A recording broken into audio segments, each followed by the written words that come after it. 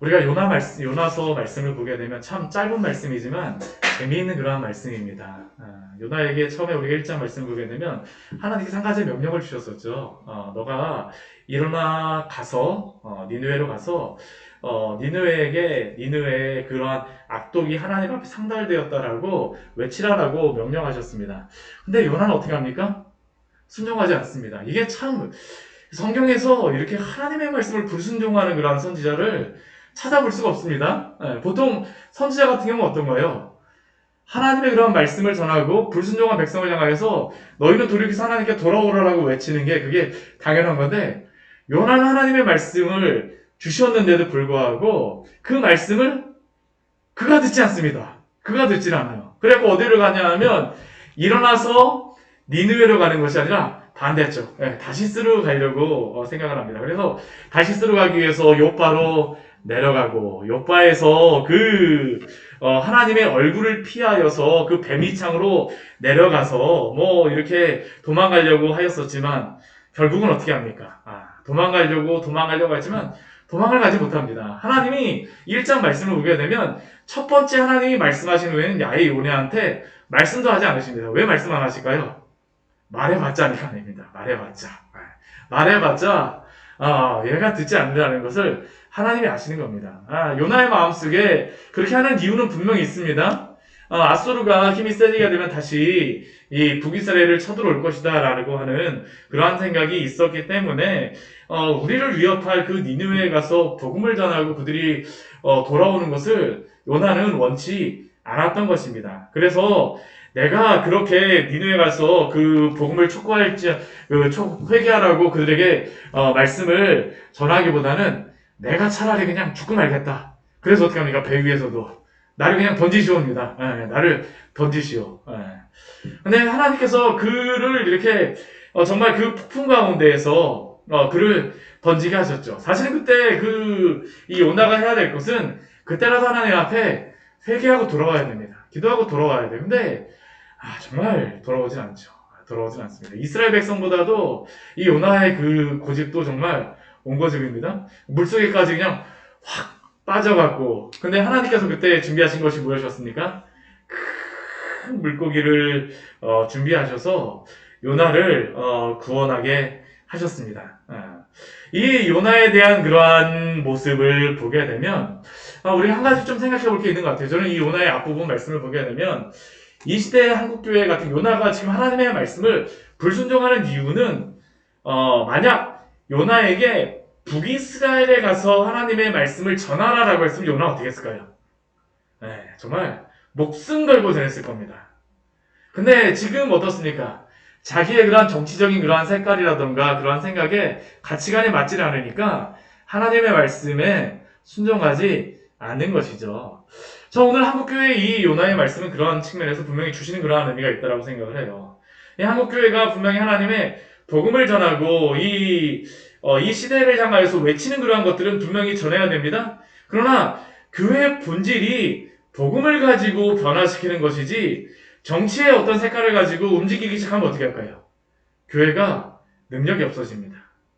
교회에서 전하는 그 복음조차도 저 사람이 저렇게 생각을 하고 전하는구나라고 하니까 복음조차도 그 복음의 의미가 제대로 전하여지지 못하게 되어지죠. 이 한국교회 그 성도들과 교회가 저는 여냐 우냐 이걸 이야기하는 게 아닙니다. 좌우 그걸 이야기하는 게 아니라 교회가 정말 본질이 무엇인가라는 것에 대해서 우리가 생각을 해야 되죠. 요나가 사실은 여기에 실패했던 겁니다. 실수했던 겁니다. 내가 생각하는 그러한 상황 속에서 하나님이 이러한 경우가 굉장히 많아요. 저도 때로는 이 정치 돌아가는 거 보게 되면 때로는 저는 좀 약간 보면 어떤 때는 제 정치적인 성향이 박쥐 같기도 합니다. 어떤 때는 이런 거 보게 되면 이쪽으로 갔다가 어떤 때는 저거 하게 되면 이쪽으로 갔다가 그럽니다. 근데 우리의 마음이 사실은 그렇죠. 우리의 마음이 그렇긴 하지만 근데 하나님이 그걸 기뻐하지는 않으세요. 예레미야 선지자 같은 경우도 사실 그러한 선지자였습니다. 예레미야 선지자 같은 경우는 그 이스라엘 백성에게 무엇을 전하라고 말씀하셨었냐 하면 너희가 바벨론에게 멸망할 거니까 빨리 항복하라라고 예레미야 선지자에게 말씀하셨습니다. 근데 이 예레미야 선지자의 말을 들었던 대부분의 많은 사람들은 무엇이라고 생각할까요? 너가 정말 선지자 맞아?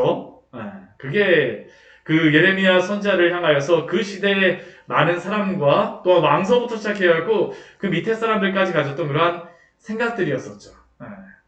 이게 우리가 하나님의 말씀을 우리가 받을 때, 하나님이 우리에게 말씀한다라고 하셨을 때, 하나님의 말씀에 우리가 순종하게 되어지는 것이지, 우리의 생각과 우리의 가치관으로 하나님의 말씀을 재단하기 시작하면 어떻게 될까요? 하나님이 그 말씀을 통하여서 역사하지 않으십니다. 이러한 것들이 오늘 요나를 통하여서 우리가 분명히 보여주는 것이죠. 요나가 나의 그러한 정치적인 그러한 생각들 속에서는 이렇게 하면 안 됩니다라고 생각을 합니다. 근데 오늘 그렇게 하나님이 요나를 니느웨로다 보내시는 이유가 있습니다. 제가 이따가 그걸 설교를 하면서 같이 나누게 되겠지만, 이렇게 요나를 아무튼 보내셨는데 듣질 않으니까 결국에는 요나가 물속에 빠지게 되고, 물속에 빠지고 큰 물고기한테 이렇게 뱃속에 들어가고 나서 그때야 무엇합니까? 어이구 하나님, 그때야 이제 회개하기 시작하는 것이죠. 기도하기 시작합니다. 감사의 기도를 드립니다. 정말로 참된 구원이 하나님께 있습니다라는 것을 요나가 바로 그 물고기의 뱃속에서 발견하게 되어지는 겁니다. 우리가 그 요나의 그런 기도를 보게 되면 2장 9절 말씀 보면 그가 이렇게 그 마지막에 고백하고 이 기도가 끝나게 되어지는데, 나는 감사하는 목소리로 주께 제사를 드리며 나의 서원을 주께 갖겠나이다. 구원은 여호와께 속하였나이다. 그러니까 이 기도를 하고 나서 하나님은 어떻게 하시냐? 이제 요나를 니느웨로다 보내시는 것입니다. 구원이 여호와께 속하였다라는 것을 고백하니까 이제 요나를 니느웨로다 보내시죠. 그래서 오늘 말씀이 바로 요나가 니느웨에 가는 그러한 말씀이 나와 있습니다. 아마 이 말씀 같은 경우는 재미있어갖고 여러 번 알고 우리가 벌써 이미 잘 아는 그러한 내용들이죠. 여호와의 말씀이 오늘 보게 되면 두 번째로 요나에게 임하였다라고 말씀하고 있습니다. 무엇이라고 하나님께서 요나에게 말씀하십니까? 일어나 저 큰 성읍 니느웨로 가서 내가 내게 명령한 말을 그들에게 선포하라. 이 말씀은 무엇과 똑같냐 하면 우리 앞에 1장 2절의 말씀에 나와 있는 것과 사실은 동일한 것입니다. 여기에 보게 되면 중요한 단어가 세 가지가 있습니다. 일어나라, 가라, 선포하라. 사실 이 선포하라고 하는 이 단어도 우리 1장의 말씀을 보게 되면 외치라고 동일한 단어입니다. 일어나 가서 외치라. 사실 이게 복음을 전파하는 그러한 선지자들, 또한 이 시대 우리 교회에게 주신 그러한 사명이라고 할 수 있습니다. 우리가 주의 복음을 알았으면 일어나 가서 전파해야 되는 것이 바로 우리에게 맡겨진 그러한 사명이죠. 이렇게 가서 전할 때에는 무엇을 전해야 됩니까? 내가 내게 명한 바를 전해야 됩니다. 아무 생각이나 가서 전하면 안 됩니다. 아무 생각이나 가서 전하면 안 돼요. 일어나서 가기는 하는데 가갖고 내 할 얘기, 내가 하고 싶은 얘기 잔뜩 하고 오면 어떻게 되겠습니까? 하나님 기뻐하지 않으시는 것이죠. 오늘날 사실은 이러한 것들이 실수하는 그러한 부분들도 사실은 굉장히 많습니다. 우리가 하나님의 말씀이 선포되어져야 되는데 어떠한 이 세상을 향하여서 교회가 하고 싶은 말, 교회조차도 이익단체가 되어서 무엇을 외치게 되면 어떻게 할까요? 하나님이 기뻐하지 않으십니다. 철저하게 교회와 성도는 무엇을 외쳐야 됩니까? 하나님의 말씀을 외쳐야 합니다. 요나에게 말씀하시는 것이 그것이죠. 내가 내게 명한 바를 그들에게 선포하라. 내가 내게 명한 바를 선포하지 않게 되면 교회가 능력을 잃어버리게 됩니다. 능력을 잃어버리게 돼요. 오늘날 한국에 왜 이렇게 그 교회들이 많이 힘을 잃었을까요? 사실은 성도들을 모으기 위해서 여러 가지 소리를 많이 외쳤지만 본질적으로는 그 교회에서 전해야 되는 건 무엇입니까? 하나님의 말씀을 전하고 성도들이 변화되어지고 그들이 거듭남으로 말미암아 주 앞에 굴복하게 되어지게 되면 그 다음서부터는 그 주의 말씀에 따라서 살아가게 되어집니다. 근데 우리가 그 한국교회 초대교회 초기에 또 요즘에 한참 부흥이 일어날 때 한국교회가 좀 약간 잘못했던 그러한 부분 중에 하나가 뭐냐면 부의 복음. 이렇게 하면 잘 살게 됩니다. 때로는 우리에게 그러한 것들이 필요합니다. 성도에게 위로도 주고 낙심한 성도에게 힘내십시오. 말씀을 붙들고 나가서 힘차게 살아가십시오. 하나님이 함께 하실 것입니다. 라고 분명히 전해야 됩니다. 그러나 그것만이 전부는 아니라는 것이죠. 본질적으로 먼저는 예수 그리스도의 복음으로 변화되어지고 그것이 우리의 전부이고 그 다른 부분에 대해서는 하나님 앞에 맡기고 우리가 믿음으로 살아가야 되는데 사실은 그러한 부분들에 대해서 잘못하다 보니까 어떻게 됐습니까? 잘 살게 되니까 이제 주님이 별로 필요하지 않은 겁니다. 인간이 그런 거죠. 잘 살게 되니까 주님이 별로 그렇게 필요하진 않아요. 오늘 주님께서 말씀하신 것 같이 내가 내게 명한 바를 그들에게 선포하라. 우리 광야의 샘 교회가 정말로 주님이 전한 그 말씀에 따라서 잘 말씀이 선포되어지는 교회가 될 수 있도록 기도하여 주십시오. 또 오늘 이렇게 하나님께서 말씀하시니까 이번에 요나가 어떻게 할까요? 전에는 일어나서 다시스로 가는 그러한 배를 탔는데 이번에는 여호와의 말씀대로 일어납니다. 그래서 어디로 갑니까? 니느웨로 갔습니다. 니느웨로 갔어요. 이 니느웨는 얼마나 큰 성이라고 나오냐 하면 사흘 동안 걸을 만큼 하나님 앞에 큰 성읍이라고 이야기합니다. 이 니느웨의 그러한 크기가 둘레가 한 90km 정도 된다라고 그러한 기록도 있고요. 근데 이 요즘의 역사적인 그러한 그 발굴을 보게 되면 13km, 14km 정도의 둘레 정도라고 이야기를 하는데 그래도 예전 고대 도시로다 따진다면 이게 적은 건 아닙니다. 그렇죠? 이게 그 정도 안에 그 곳곳에 다니면서 복음을 전하려고 하게 되면 12만 명의 그러한 사람들이 그 안에 살았다라고 하는데 그 사람들에게 복음을 전하려면 정말 큰 도시였다라는 것이 오늘 이 요나서를 통해서 우리에게 말씀하시는 것이죠. 근데 이 니느웨 같은 경우는 어떠한 성입니까? 이방 성읍입니다. 이방 성읍이에요. 근데 이방 성읍을 향하여서 하나님께서 요나에게 가서 전하라고 말씀하세요. 전하라고 말씀하세요. 왜 그러실까요? 하나님이 그 이방 백성조차도 긍휼히 여기시기 때문입니다. 오늘 3절 말씀 보게 되면 하나님 앞에 큰 성읍이라고 말씀하십니다. 하나님 앞에 큰 성읍. 사람 앞에 큰 성읍이 아니라 하나님 앞에 큰 성읍이기 때문에 하나님께서 그들이 비록 이방인이라 할지라도 하나님이 그냥 죽게 내버려 두기를 원치 않으시는 겁니다. 않으시는 것이. 하나님의 마음은 긍휼하심이 이 니느웨의 이 아수르 강경이 악독하였었지만 그래도 하나님의 긍휼하심이 그곳에 있었다는 겁니다. 근데 하나님의 긍휼하심이 있었는데 요나는 어떻게 할까요? 오늘 말씀 보게 되면 순종해서 일어나서 니느웨로 가는 것까지는 좋았지만 사흘 동안 걸을 만큼 하나님 앞에 큰 성읍이었으면 최소한 며칠은 거기서 복음을 전해야 되겠습니까? 사흘은 전해야 됩니다. 3일은 다녀야 되는데 요나가 얼마를 다닐까요? 하룻길 다닙니다. 하룻길 다녀요. 하나님의 말씀에 순종하기는 하지만 한편에서는 어떻습니까? 이게 썩 마음에 들지는 않는 겁니다. 이 사람들이 다시 이렇게 크게 되어지게 되면 회개하고 다시 부흥하게 되면 우리나라를 어떻게 할 것이다라는 그러한 생각이 요나의 마음속에 있었기 때문에 하루 정도 전하면서도 요나가 전하는 그러한 외침도 길지도 않습니다. 뭐라고 했습니까? 40일이 지나면 니느웨가 무너지리라. 이게 정말로 이러한 살아가는 마음이 있었으면 적어도 여기다 한 단어 정도는, 한 문장 정도는 더 붙여도 됩니다. 그러니까 회개하라. 이 정도만 붙여도 참 좋았을 텐데 이 요나 같은 경우에는 무엇을 전하냐면 딱 하나님이 말씀하신 그 말씀만 40일이 지나면 너희들 다 죽을 거야. 하나님이 말씀하신 그대로 그는 전하게 되어지죠. 그런데 이제 뒤에 말씀해 보게 되면 우리가 알게 되겠지만 이 사람들이 이 말씀을 듣고 회개하게 되어집니다. 회개하게 되어져요. 여기에 이 말씀을 보면서 우리가 놀라운 원리를 한 가지를 발견할 수 있습니다. 그게 무엇일까요? 설교자가 굉장히 좋은 설교, 많은 준비, 대단한 웅변술을 갖추는 것도 중요하지만 가장 중요한 것은 하나님의 말씀을 가감없이 전하는 것이 중요하다는 겁니다. 이게 중요하죠. 교회도 그렇습니다. 하나님의 말씀을 전하는 것입니다.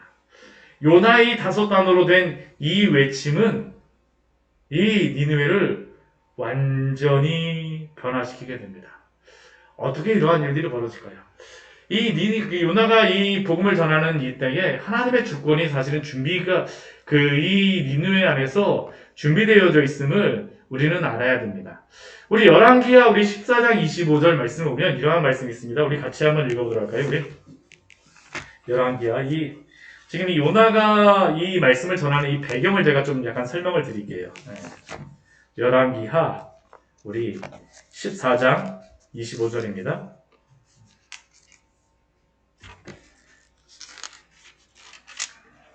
같이 읽도록 하겠습니다. 이스라엘의 하나님 여호와께서 그의 종 가드에벨 아미떼의 아들 선지자 요나를 통하여 하신 말씀과 같이 여로보암이 이스라엘 영토를 회복하되 하맛 어귀에서부터 아라바 바다까지 하였으니 여기 이렇게 말씀이 되어 있는데 여기에 그 가드에벨 아미떼의 아들 선지자 요나 우리가 요나서 1장 말씀에 보게 되면 아미떼의 아들 요나. 그러니까 이 요나가 역사적인 인물이라는 것을 이 열왕기하 말씀을 통해서 우리에게 알려주는 겁니다. 그러면 이 요나가 지금 이 선지자로 있을 때가 어떤 왕 때이냐 하면 여로보암이 왕일 때입니다. 여로보암 2세가 왕일 때입니다. 그리고 이 여로보암 2세가 북이스라엘의 왕이었을 때 이 북이스라엘이 영토를 가장 넓게 확장했던 때가 바로 이때입니다.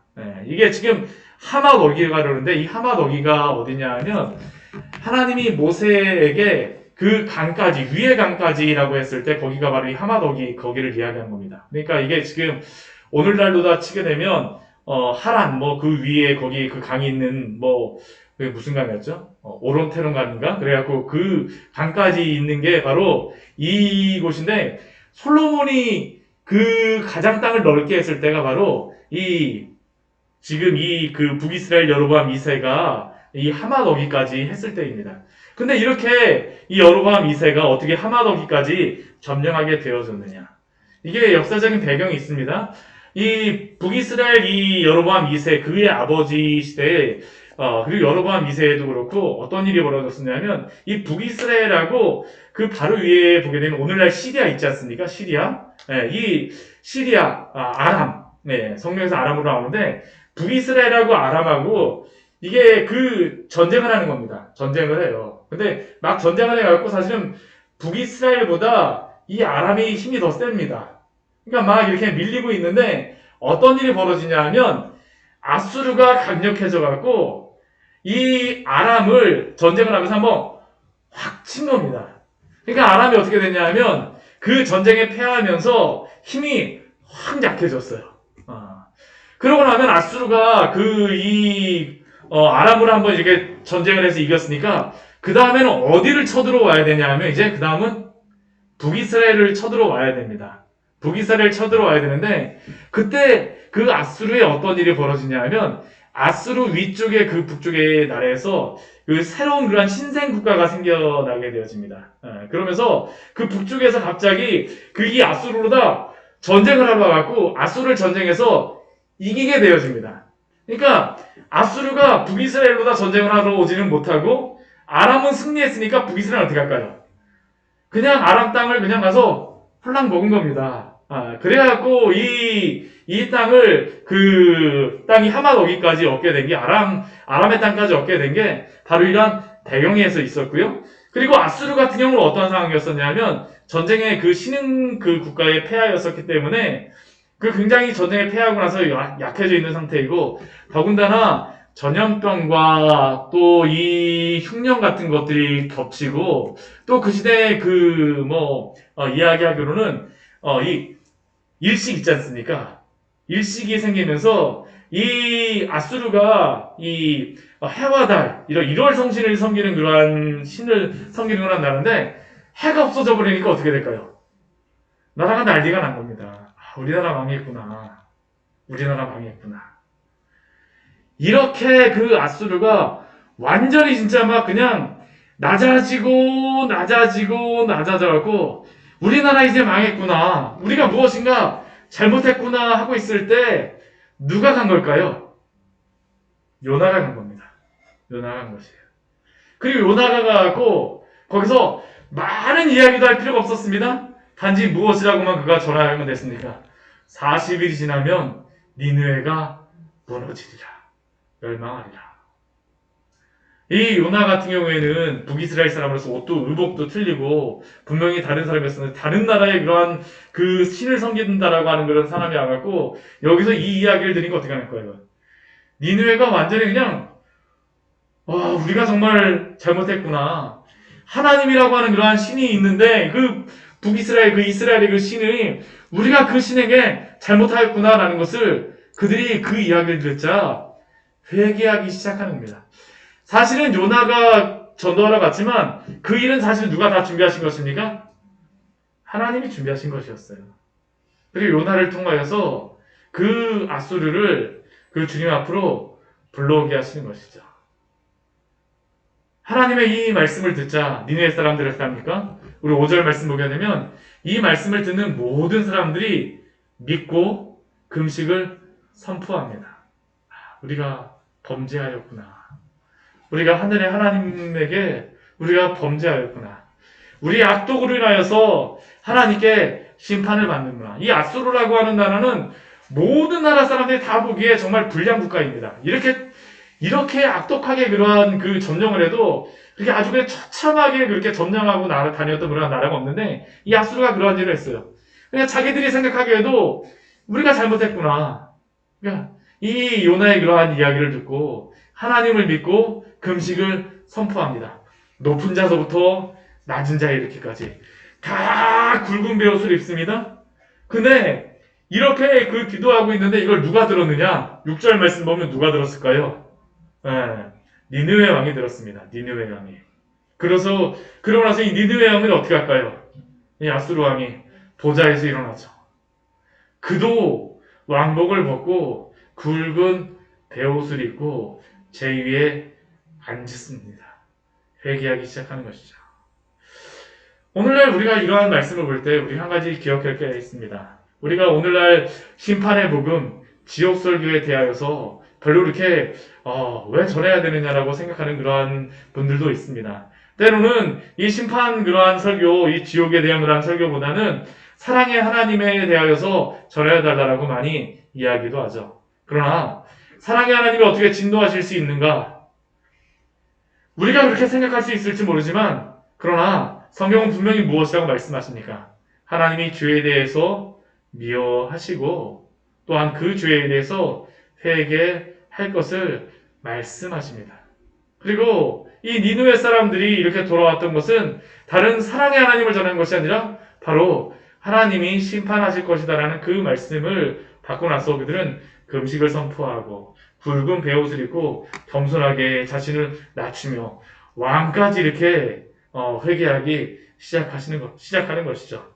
근데 이 니느웨 왕 같은 경우는 이렇게 마음이 동화해서 같이 하는 사람들만 하지 않습니까? 왕이 일단 이렇게 회개하기 시작하니까 그 다음 조서를 내립니다. 이 조서가 되게 재미있어요. 조서를 내렸는데 무엇이라고 이 조서를 내리냐면 니네 모든 사람들에게 사람이나 짐승이나 소떼나 양떼나 아무것도 입에 대지 말지니 곧 먹지도 말 것이요 물도 마시지 말 것이며.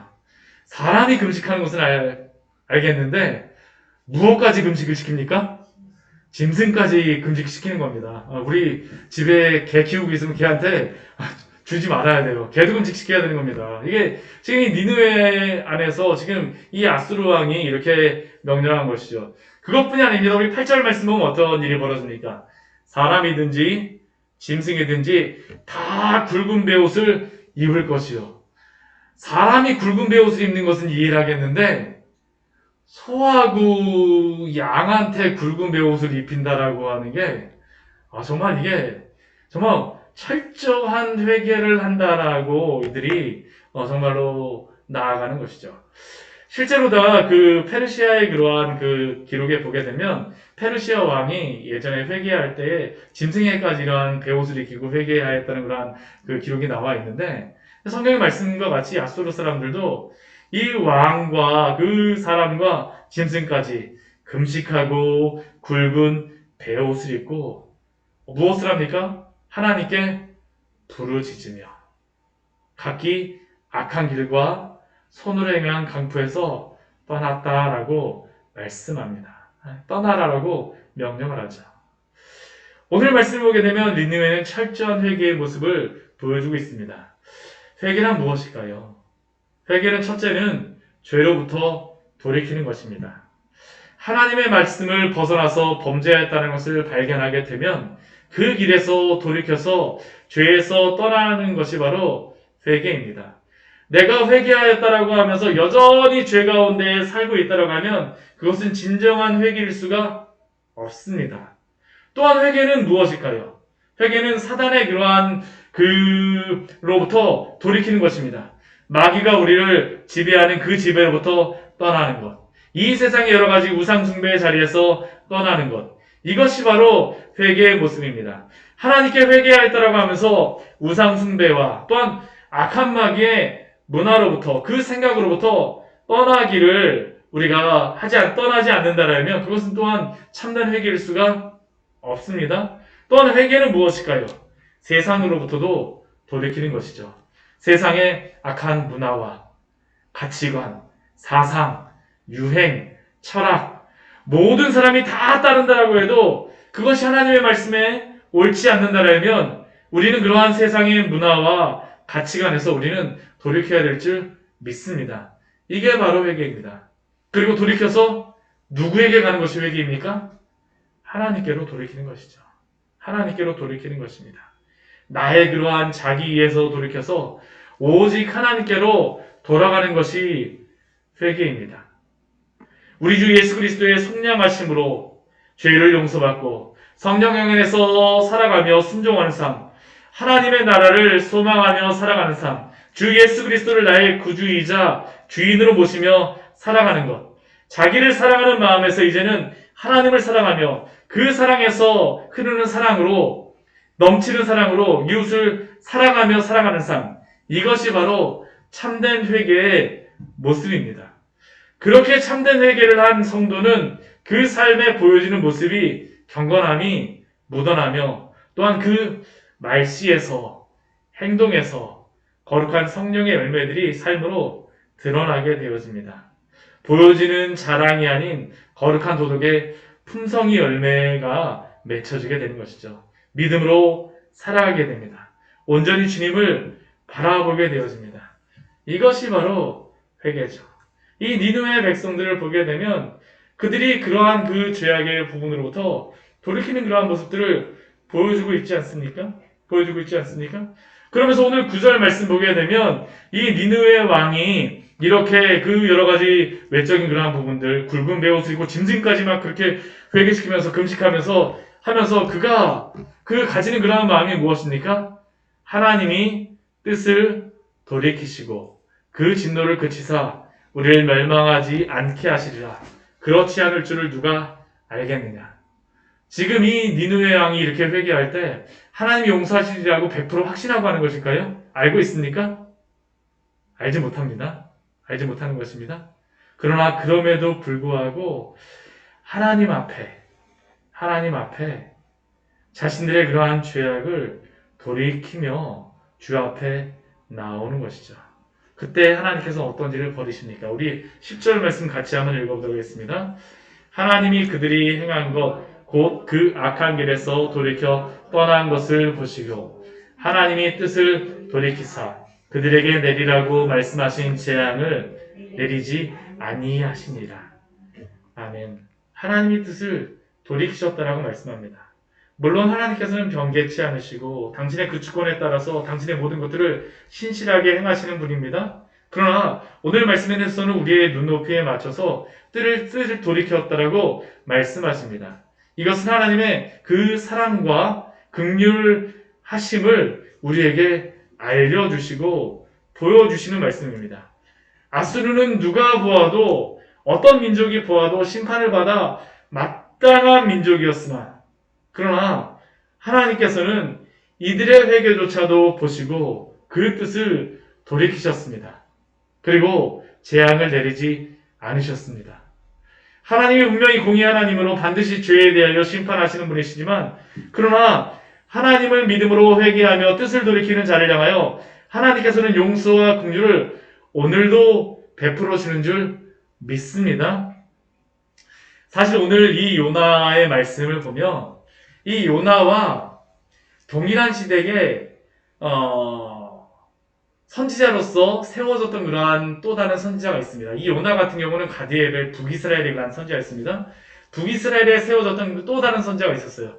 그 선지자가 누구냐 하면 그 호세아라고 하는 그러한 선지자입니다. 호세아 선지자. 호세아 선지자와 이 요나는 거의 같은 시대의 그러한 선지자였었고요. 대신에 요나 같은 경우는 북이스라엘 선지자임에도 불구하고 요나는 어디 가서 하나님의 말씀을 전합니까? 이방 민족인 니느웨에 가서 전해요. 호세아는 대신 어디에서 하나님의 말씀을 전할까요? 북이스라엘 가운데에서 하나님의 말씀을 전합니다. 고멜이라고 하는 악한 여인을 하나님께서 아내로다 주시고 여러 가지 것들을 보여주시면서 회개하고 돌아올 것을 북이스라엘 백성들에게 말씀하세요. 근데 북이스라엘 백성들은 어떻게 할까요? 회개하지 않습니다. 회개하지 않아요. 왜 하나님이 이 니느웨에 이러한 가서 요나가 전화했을 때 이렇게 회개하고 돌아오게 하시고 왜 이 호세아가 전화했을 때 북이스라엘 같은 경우는 회개하지 않는 그런 모습 속에서 이게 역사 가운데에서 어떠한 일들이 벌어지게 될까요? 지금 이 니느웨가 회개하고 나면 이제 얼마 안 있게 되면 다시 니느웨가 아수르가 불강하게 되어집니다. 아람은 멸망하였어요. 멸망하고 난 다음에 이 아수르가 어디로 그 다음에 들어올까요? 쳐들어올까요? 북이스라엘로 쳐들어오게 되는 겁니다. 사실 이 니느웨라고 하는 그러한 민족은 이방 민족을 하나님이 사용하시는 것이죠. 이스라엘 민족을 징계하는 그러한 도구로서 사용하시는 것입니다. 도구로서 사용하세요. 그리고 이제 이 뒤에 나옴이라고 하는 그러한 선자는 또 다시 니느웨에 가서 하나님의 말씀을 전합니다. 그때에는 심판이 있을 것이다라고 전하게 되죠. 왜냐하면 그 도구로서의 그런 역할이 다 끝났기 때문에. 우리가 이러한 말씀을 볼 때 하나님이 역사를 주관하신다라는 것을 우리가 항상 기억해야 됩니다. 그리고 역사를 주관하시는 하나님께서는 자신의 역사의 주권에 따라서 오늘도 섭리하시고 그 모든 역사를 이루어 가시지만 그러나 그 속에서도 하나님은 어떻게 하실까요? 오늘도 회개하고 돌아오는 그러한 백성을 하나님이 용서하시고 구원하심을 기억하십시오. 물론 이 긴 역사에 보게 되면 니느웨를 이렇게 사용하시는 이유가 있지만 그럼에도 불구하고 이들이 회개하고 돌아왔을 때에 이 악한 사람들이라 할지라도 하나님이 용서하심을 우리는 기억해야 합니다. 그리고 또한 이러한 말씀을 볼 때 우리는 어떻게 해야 될까요? 오늘 이 시대를 향하여서도 우리가 외쳐야 합니다. 하나님이 이 시대에 참 완악하고 패역한 시대죠. 그러나 그럼에도 불구하고 하나님이 이 시대를 오늘도 사랑하시는 줄 믿습니다. 오늘도 긍휼한 마음을 가지고 계시는 줄 믿습니다. 오늘도 우리 주 예수 그리스도의 그 복음을 통하여서 이 땅에 하나님의 백성들을 데려오기를 원하십니다. 누구를 통하여서요? 우리를 통하여서 그러한 일들을 행하시기를 원하십니다. 우리가 때로는 불순종하는 그러한 모습이 있다 할지라도 주님 우리의 연약한 그러한 모습이라 할지라도 주여 우리를 사용하여 주시고 정말 이 땅 가운데에서 또한 이 수원에서 주님 앞에 돌아오는 그러한 일들이 있게 하여 주시옵소서. 같이 기도하기로 합니다.